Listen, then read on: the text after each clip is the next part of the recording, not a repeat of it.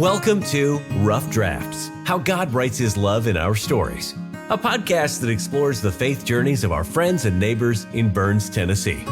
Everyone has a story to tell, and in this podcast, we'll hear powerful and inspiring stories of how God works in the ordinary lives of people like you and me. Our stories are unfinished and perfectly imperfect. They are just rough drafts, a glimpse of what is to come because God is still at work, writing plot twists, introducing new characters, and bringing good even from the most challenging circumstances. Join us as we see what God is up to in our stories. Here's your host, Matthew Hyatt. This is a dangerous episode of Rough Drafts because I have a certifiable Yankee with me today. I'm so excited about this. I haven't known today's guest all that long, really, but I know her well enough to know that we should never be seated together at serious functions, yes. And I think you're going to enjoy this show a lot. So I won't say anything else except welcome to the show, Morgan Pickard. Hi. Welcome. Welcome. Here we are. Yes. Now what? So out of my comfort zone, but it's fine. You know, nobody has actually died while doing the show. Good to know. I should put a sign up on the wall with how many people and how many have survived so far. How many days without a death? That's right. Well, we have a sign on Penny's door with how many days since someone tried to kill her with cinnamon because she's deathly allergic to it, and we just keep it at 0 because it happens all the time, and changing it was too much work. Okay, Morgan, you ain't from around here, so yes. I bet you've got a story. Sure. Tell us your God story. So, I don't know how to even begin, but I grew up Catholic, so being Church of Christ is, I think, a huge jump. A little bit. From how I was born and raised. But being in the South, even when I would visit my parents and you would go to public events or something like that, and everybody always prayed. And that doesn't happen up north at all. Yeah. There's no have a blessed day. There's no God bless you. There's no bless your heart. Look, if you put a septic tank in the ground, someone's going to say words over here. You know? Right. So that was what I loved when I would visit, because I just thought that was amazing that it brings unity.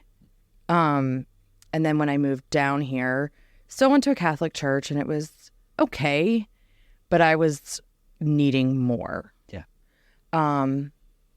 And when I met Lucas, and he was Church of Christ, and we went to his brother's church in Nashville, Jackson Park, and it was very different.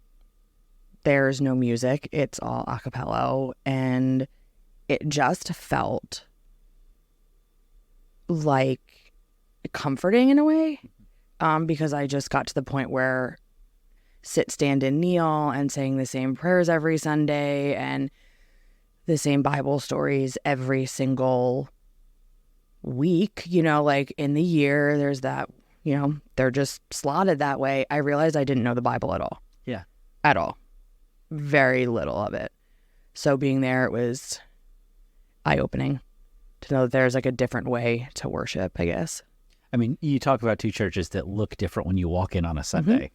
From almost every way. That the way the guy up front dresses, right? I heard it described as the smells and bells. Yeah, we don't have the smells and bells. Not at all. The liturgy, the order of worship is different. Not to say we don't have one. It's just it's different. It's so very different. It's not so black and white like that. It's just.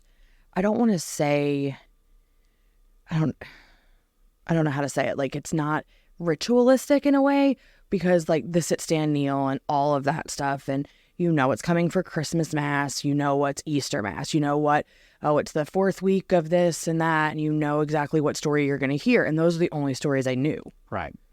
Which is very little because we didn't have Sunday school. Yeah. At the Catholic church I went to. You had CCD and it was one night a week during the school year. Couldn't tell you anything I learned whatsoever. And it just... I don't know. I was just ready to get away from it. So experiencing something different. Mm-hmm. You said it felt comforting. What was that like? Tell me about your journey. So I felt God, I felt the Spirit's presence when I was at the Catholic church, and I'll just start to cry when I know it's there. And it was very sporadic, but when we were going to the Church of Christ, it was every Sunday. I just felt the Spirit there. And I was like, so that was a comfort. I think a comfort also was that it was his brother's church. And he knew people and I knew some people. And that made it be comforting. But it was more like every Sunday, like I would just get overwhelmed. Yeah. So that's where, that's Heath, right? Yeah. Okay. Jackson Park up in the north side of Nashville. They've been around forever. A long time, yeah. Really, they have a nursing home next door. That's closed now. Do you really? Mm-hmm. Okay, well, I'm out of date. Yeah. We can't put my mother-in-law there now, which is a shame. But if you go to Tractor Supply, they had these little things you screw in the ground with about a 30-foot lead. bless it. That's what you can use. Me and my sister-in-law would always say, we'll put you there and we'll wave to you through the windows. But now we can't, so darn. So tell me about like your story. How did you end up where you are today? Where were you? Oh, God. Okay. So born and raised in New Jersey. My parents separated when I was in 3rd grade. Okay. And got back together. Oh, okay. And then when I was a sophomore in high school, I believe, they divorced. Which was not the easiest thing, especially when you're in high school and you're a girl, and it was just not fun. Was in therapy for it for a while. Do I say it helped? I don't know. Yeah. I don't.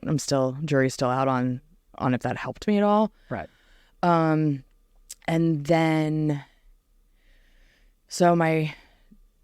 they separated. I'm trying to think where we are. And my mom ended up dating this great guy, and we ended up living together several years. And my dad remarried my stepmother.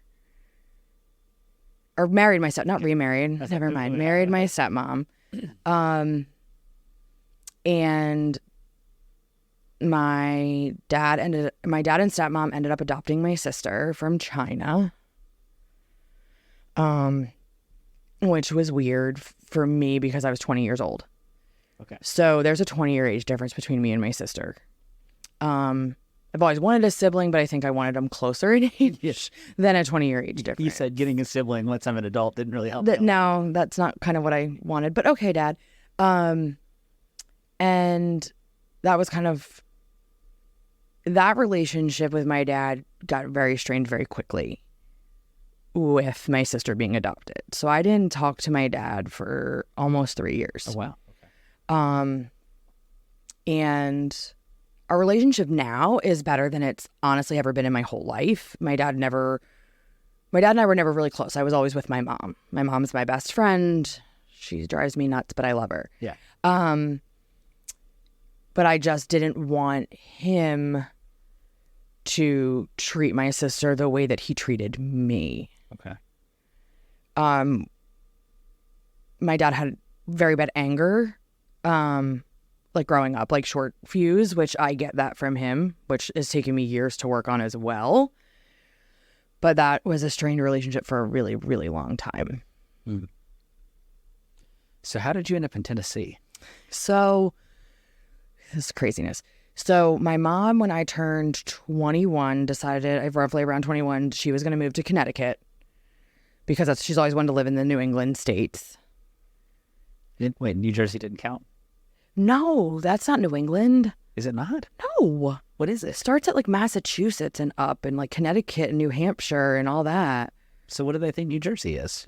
Well, people think it's the armpit of the earth, or the Garden State, whichever one. They're not wrong. Or Jersey Shore or whatever. But I mean, it's all Yankees. Hush.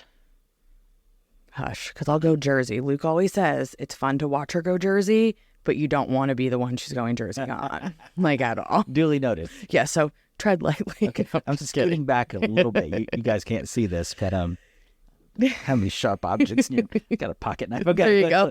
She'll probably scissors. Scissors are good. All right. I feel a little bit better about this. I'll defend myself. So she moved to Connecticut, and she ended up meeting my stepdad. And so they lived in Connecticut, and they bought tickets to CMA Fest. And they came down and loved Nashville, loved the area. So they ended up buying a house in Westmoreland, Tennessee.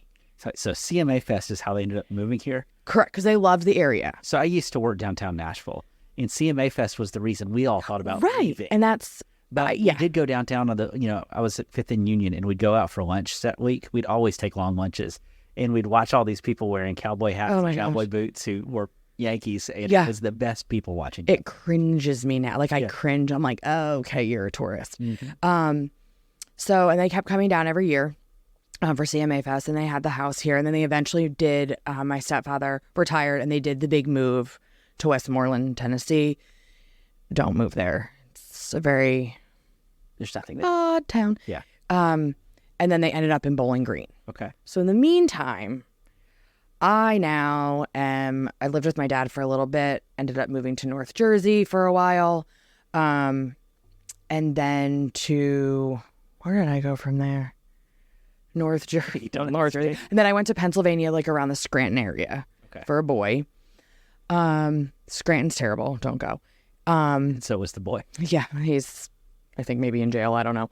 And then I ended up moving to Connecticut because that relationship didn't work out. So I went to Connecticut because my mom kept her house that she lived in. So I'm now living in my mom's house. And when I was working in Pennsylvania, I worked for ShopRite, which is a supermarket. And apparently the owner's son got my phone number and we started texting. And, next thing you know, I've moved back to Pennsylvania with him. We got engaged, got married. And his family are raging alcoholics. Well, that's fun. Yeah. So got blinded by the beautiful house and, designer bags and all of that stuff. Got completely blinded by it, but went to church every Sunday at a Catholic church. So definitely wasn't feeling, I think at that point is when I started to kind of turn away, I guess, because I was kind of mad because I was living with an alcoholic and he chose alcohol over me. So I said, all right, that's it. I'm done with the North. It has not been that great to me. So luckily my mom's house that she lives in, the downstairs pretty much is like an apartment. Oh, cool. Okay. So me and my 3 cats and my dog and packed a U-Haul, and me and my mom drove with the animals, and my stepdad drove all my stuff down, and I ended up in Bowling Green, Kentucky. Home of Corvettes and sinkholes. And how funny is both my parents, my stepdad and my mom both work at the Corvette Museum. Oh, did they really? Yes, he's a tour guide and she works in the gift shop. How funny. Okay. Okay, so you end up in Bowling Green. Yeah. It's kind of like a new life. We're starting over. Yeah. Totally refreshed. The dating scene is terrible. I don't ever want to date again in my life. It's awful. So I really, truly feel for like our 20-somethings right Yes. now who are dating, because, I mean, it was hard enough and weird enough when we were doing it, but that was like pre-hookup apps, Right. pre-social media, pre all the things. And It's terrible now. I feel so, because I don't feel like it's genuine. Like you have to go through so much muddy water to find a decent person. yeah. And I found Lucas, but here's that. But And we think he's a decent person. he is. He's rough around the edges, but he's a good person. Like him. We love him. You love him. I love him. Okay, I love you him too. Yeah, I mean, Not the same way, exactly. I hope not. I'm a little scared of him, if you want to know the truth. Good. He likes that. Yeah. Lucas is my friend who gives me inappropriate notes on my way into the pulpit every time, because he found this stack of like dirty Vintage. jokes that are vintage. So I don't even know where they came from. a storage unit. I will look down and there will be one in my Bible. And he has this ability to deliver them at the perfect moment. He prides himself on that. He does. good. He prides himself like waiting for that opportunity to make it so awkward for you. Oh, it's so great. He loves It's it. so great. I would expect nothing less. So I met Lucas online on Match.com. Okay. Both of us at that point were like, we're just going to give this like one more shot. Like, Yeah. this is ridiculous. The dating world. His stories are worse than mine. It's just awful.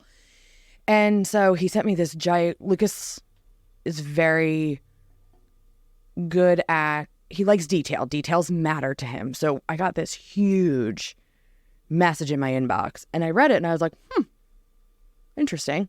Reread it and I was like, okay. We went on our first date and 13 days later we were married. Okay. So there's that. You said 13 days, right? Days. Like I didn't. 13 days later we were married.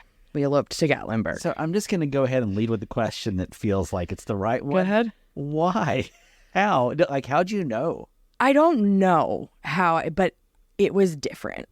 It was very different. I liked his energy too. Like, I don't know. It was different. And one of the things is he has an extremely good heart. And at the time that we met, he had a foster puppy and he was doing fostering of dogs. And it's just, he's a softie and he's a really awesome person. And just he wears that on who he is. So there was no games, there was no smoke screens, nothing. It was who he was. With Lucas, you get exactly who he is. Correct. And like, if he likes you, he likes you. If he doesn't, he doesn't. Right. And it's kind of amazing. Mm-hmm. I don't know many people quite like him. No. I like him.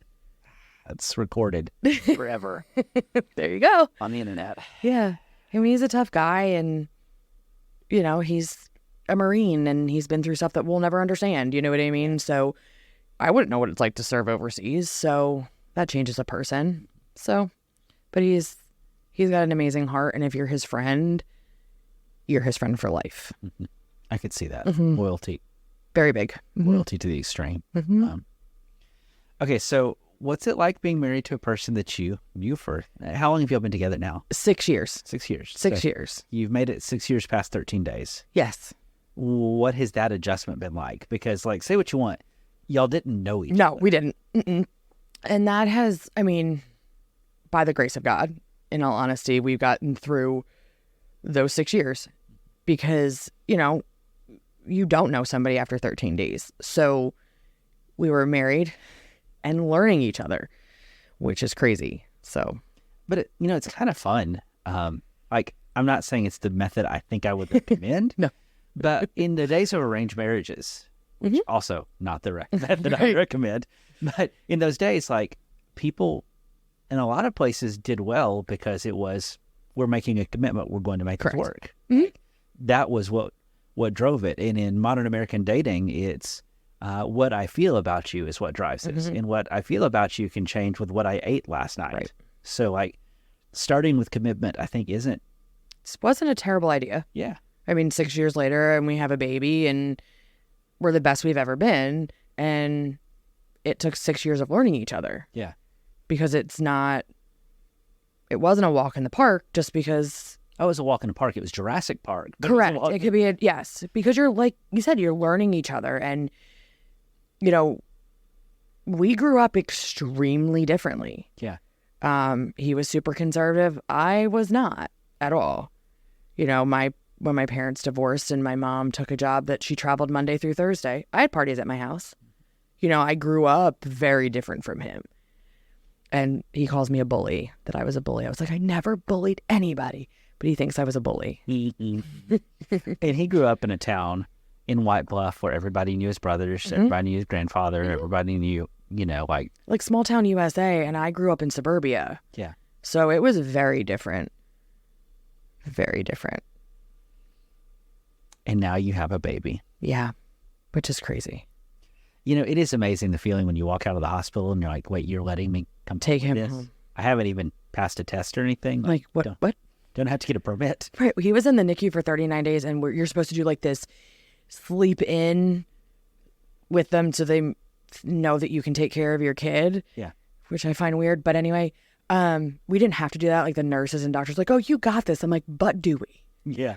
And I'm like, can somebody come home with us for 24 hours just to ensure that we do have this? I mean, he's still alive now, so I think we're doing all right. Mm-hmm. And I mean, I checked the obituary just to make sure you haven't killed Lucas or Lucas hasn't killed you. It's more Lucas killing me. Okay. It's probably more that. Well, I have a Google News alert set up, so if it happens, Cool. I should get a Good. little ding on my phone. Yeah. So tell me the story about the NICU experience. It was, it was such a whirlwind, I guess, because I went to the ER, so for him getting here, I went to the ER on like a Sunday night, and by Wednesday he was being born. Yeah. And it was a whirlwind, but they pumped me full of magnesium because my body was just mad. Yeah. My liver enzymes and stuff were plummeting, and they had to get my body to just kind of stop working in a way, like just kind of chill out, like stand still.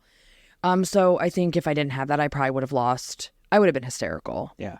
But I remember asking my doctor, like, what is he going to look like when he comes out? Like, prepare me. And she goes, he's not going to look like a gecko. I said, that's all I needed to know. Love my doctor. Had my first ambulance ride to Centennial, had my first surgery, like, ever.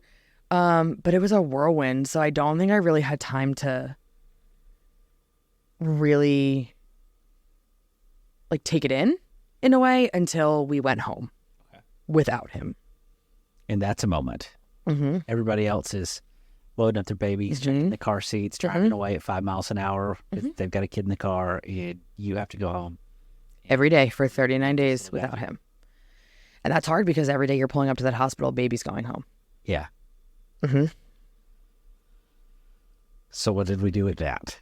I had a lot of breakdowns because, like, you're hormonal anyway from having a baby. Right. I have to leave him. And I'm just, like, off the charts with emotions. And that was hard for Lucas to really kind of navigate through because I didn't know why I was upset or why I was, like, all of a sudden hysterical. Yeah. Because I thought I was fine. And it was stressful because you want him to meet these milestones. Yeah. And when you meet a milestone and then slide backwards is devastating. It's funny, the milestones too, when you're in NICU. It's like, my baby pooped today. Yeah, like it's the most exciting thing in the universe. Yes.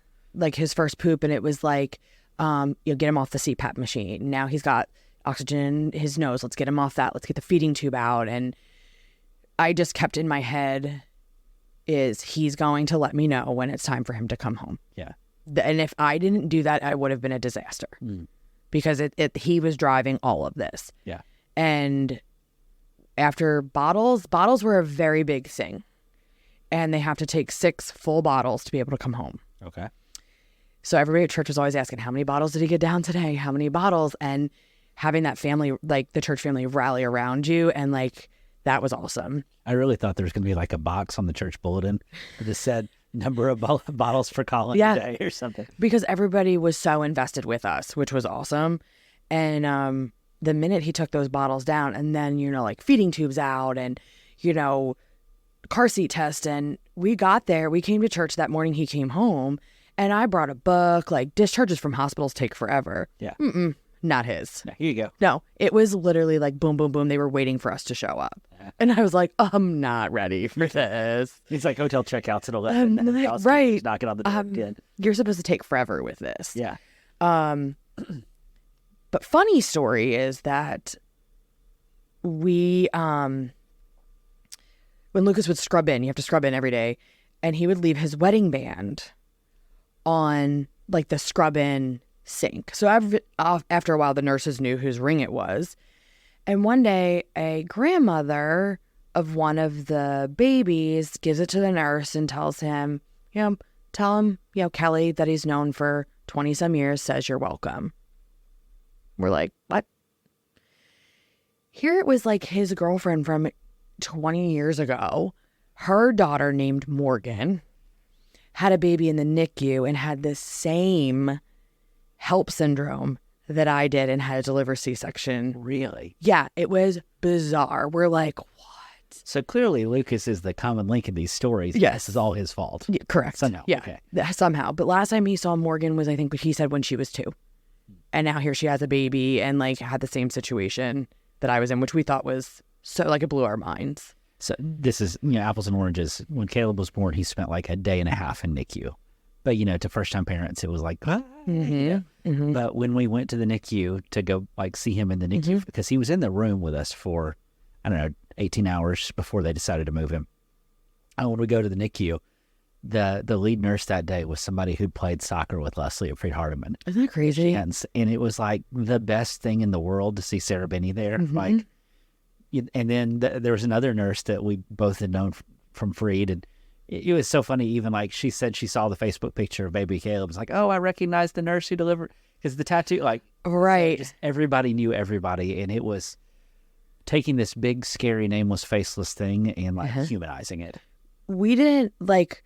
Oh, Kelsey Oh, yeah. Well, Kelsey, thank you. She works there, and like she had reached out and was like, hey, I can check on him for you. And that was nice to know that somebody from our church family worked there. Yeah. That was a comfort. But we didn't have where we knew a familiar face. Yeah. But every single one of those nurses, I have their phone number, and they're family now. That's like awesome. when they post pictures of him, they're like, why is he so big? I'm like, I don't know. And because they were rooting for him too, and Those nurses are a special breed. yeah, I couldn't do what they do. Nah, I could not either. I could not do what they do. But if it wasn't like with the church family and our family support and everything, I don't think we would have sanely made it through that. Yeah, well, the sanity part is still an open topic, but okay, we appreciate the Our sanity. Oh, there you go. Our sanity. Sure. But Okay, so let me go another direction. Yeah. You couldn't do what they do. What do you do? I work at Freeman Recovery Okay. and for their MAT program, which is medication. I just drew a blank on exactly what MAT means. Assisted? Yes, medicated. Yes, assisted treatment, which is like Suboxone and Sublocade injections and things like that to help people come off of drugs. So So kind of explain that for a little bit, because I hadn't heard about that, and I didn't understand the evidence behind it and the reasoning behind it until fairly recently. And Robin Griffin pointed me to some books to read, and because I'd always sort of heard this stuff as, oh, we're just giving addicts something else to get high right, on. it has a very negative tone until you really dig into it to find out what its purpose is for, because it's literally blocking the neurons for the addiction, for that craving. Yeah. That helps them get back into life and be contributing to society and be the person that they're meant to be. And it's my passion, and I love it. So what about that world is interesting to you? Why is this your passion? Well, I've back in my heyday, I dabbled in it, and nothing crazy or anything like that. But I mean, I ended up, punching one of my best friends in the face. Who hasn't thought about doing that? But I did it. So, that was a thing. I don't want to see somebody go down that path. Yeah. I've seen a lot of what it does to families, how it can tear them apart, what it does to friends, the loss of friends, and watching somebody come from their bottom to their best is amazing. Yeah. It's just to watch that transformation. And now that being at Freeman, they have their residential and they have the detox area. And I thought I was seasoned, working. I worked for an outpatient facility before. And I opened the door for the first time to get a detox patient to see the provider, and I was taken back. Yeah. And I just felt so bad. And this poor girl really didn't know where she was. And, she took her a while to like get her boundaries. And I'm like, oh, this poor kid. A week later is a totally different person. And to see these people week by week, day by day get better is why I do what I do. We grew up with those late 80s commercials, where they're cracking the egg in the skin. Like, this is your brain. This is, yes. But those commercials is hokey. I doubt they actually helped anybody not do drugs. Correct. But they are way more true than I ever realized. The jail chaplaincy work, like, I didn't realize just how much people's brain gets physically changed and just how important it is to get them high quality help. And that's a thing, because I've heard a lot of patients say, like, the clarity. And it's, because your mind's not fogged and bogged down with drugs. And, it's just amazing to see them start to live. And I wouldn't want to do anything else, to be honest. And it's tough because, the failure rate is high. But, almost everything that involves major life change has a really high failure rate. Like when people have massive heart attacks at 50 and the doctors say you need to eat differently, like these people are told, if you don't do this, you're going to die. And 10% of them change. Right. When someone's in a domestic violence situation and they get the tar beat out of them and all their friends say, you've got to leave him, you're better than this, 10% of them change. Right. And one thing that's frustrating for me, like trying to talk about this in a church setting, sometimes drug addiction has been talked about exclusively with moral language. You have made a choice. You are a bad person. And when my friends are like, oh, you work with addicts. Yes, I do. But here's my thing. Take that cookie cutter, what you think an addict looks like, and get it out of your head, because guess what? It can hit any walk of life. Yeah. Any walk of life can be affected by it. And that's one thing that I'm glad that I've got my friends to understand, that it could be the grandma that's next to you in the checkout line. Yeah. You don't know. And like that scenario is so true. We have these providers who are overprescribing stuff. Correct. And 3 oxys in, grandma realizes she feels good for the first time in forever, and she doesn't. She sleeps for the first time in forever. And I mean, it's when people picture addicts, they picture the guy who is cutting catalytic converters off the car in the Walmart parking lot and eating his scabs. Exactly. And that's true. But what people don't remember is that guy is a son. Right. And what also blew my mind, like, everybody has a story. And when you talk to somebody, there's always, I wouldn't say most of the time, for my experience, is there's that life-changing thing that happened. And the other half of it is that there are people out there that didn't stand a chance. Yeah. Where instead of getting Tylenol, their parents at the age of whatever are like, oh, let's shoot some meth, or here's an oxy, and they didn't stand a chance because the generational, that's what it's a rite of passage in a really weird way. And so I get mad at addicts who rob from grandma and steal the catalytic converters. And I get mad at addicts who mistreat their kids, but my, quote, righteous anger doesn't do anything to solve the problem. I really appreciate the people who are on the front lines of these battles, because it's tough, and it's scary. Tough not to get jaded, and it's, it's just, addiction sucks. It does. And there's, a few that, will touch you, and I will worry about to this day. If I don't, I will check Mobile Patrol to see if they're there, because if they're there, they're alive. Yeah. If I don't hear anything, you worry. And I've had several come to Jesus meetings with a handful of patients going, you are going to die. Yeah. And I don't well, I'm making good money and I'm doing this and I'm doing that, and I need that. No. Okay, you're doing this for your child. Great. Working and all that, and you're doing these drugs to get yourself through that day, but at the end of the day, you're going to end up dead for your kid. Yeah, and that's not helping. That's going to cause issues for your child. When you're doing something like that for your child, it's not for your child. No. That's the rationalization addiction creates. I get mad, you get sad, you get happy. It's a gambit of emotions, but I wouldn't change what I do. Yeah. It's got to be tough. Yep. But seeing those people become who they're supposed to be and get a job that they haven't had in forever or ever have had a job. Yeah. They're making money where they can buy things other than drugs. Like they're going shopping for clothes for themselves, or, I can go to the supermarket and buy what I want, or whatever, little things that we take for granted. And getting to see them be able to do these things is why I love doing what I do. It's letting a human become a human again. Because there's almost a sense when you're deep in addiction, you lose some of your ability to be a human. That's harsher than I mean it to sound, but it's in a way because you don't want to be sick, you don't want to hurt you, so you're going to do what you need to do to not be that way. Exactly. And that's when you just pretty much don't care. Yeah. And you're going to do what you got to do. Yeah. Oh, that was light. Yeah. Sorry about that. Tell me something funny. What do you want to know? I don't know. Something funny. I don't know. Do you have another story you want to tell me? I would love for you to meet my mom, actually. Yeah. Donna. Bring her down. Donna is something else. Yeah.